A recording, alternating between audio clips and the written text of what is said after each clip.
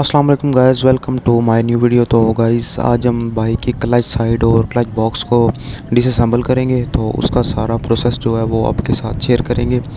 तो वीडियो को स्टार्ट करते हैं। तो सबसे पहले आपने इसकी क्लच केबल को उतार लेना है। उसके बाद आपने क्लच साइड के जो बोल्ट लगे होंगे वो खोल लेने हैं।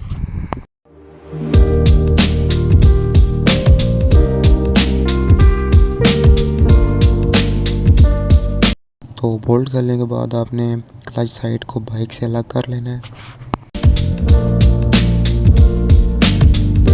तो फिर क्लच बॉक्स के पैरिंग को भी आपने निकाल लेना है। तो फिर क्लच बॉक्स के सारे स्क्रूज को आपने खोल लेना है।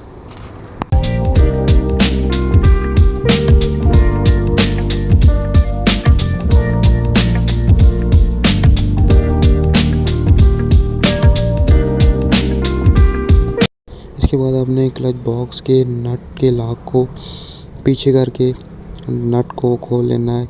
अगर आपके पास इसकी सॉकेट है तो उसकी मदद से खोल लें, नहीं तो आप पेचकस की सट की मदद से ना खोल लें। इसके बाद आपने क्लच बॉक्स को नीचे उतार लेना है और इसकी स्प्रॉकेट्स को भी।